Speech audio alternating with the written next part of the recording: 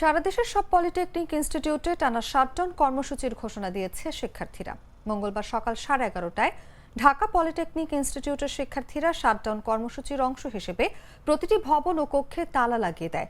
তবে তারা জানিয়েছেন কোনো ধরনের জনদুর্ভোগ ও সহিংসতা কর্মকাণ্ডে যাবে না তারা।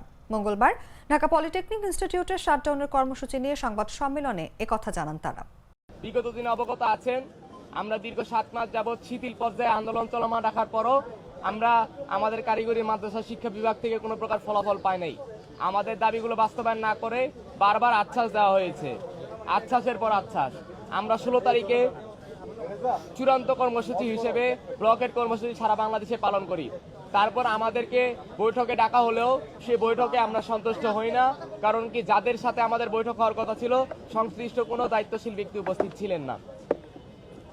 বর্তমান প্রেক্ষাপটে কারিগরি মাদ্রাসা বিভাগ আমাদের দফাদফি বাস্তবায়ন করার জন্য একটি রূপরেখা কমিটি তৈরি করে দিলেও এখন পর্যন্ত কমিটির একটি মাত্র বৈঠক অনুষ্ঠিত হয়েছে।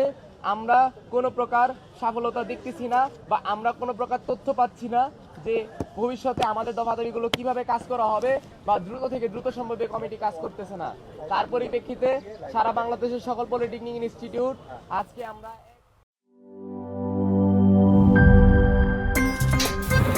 আমার একটা স্মার্ট সিদ্ধান্তে 25% গ্যাসের খরচ কমেছে। ভাবছেন কিভাবে?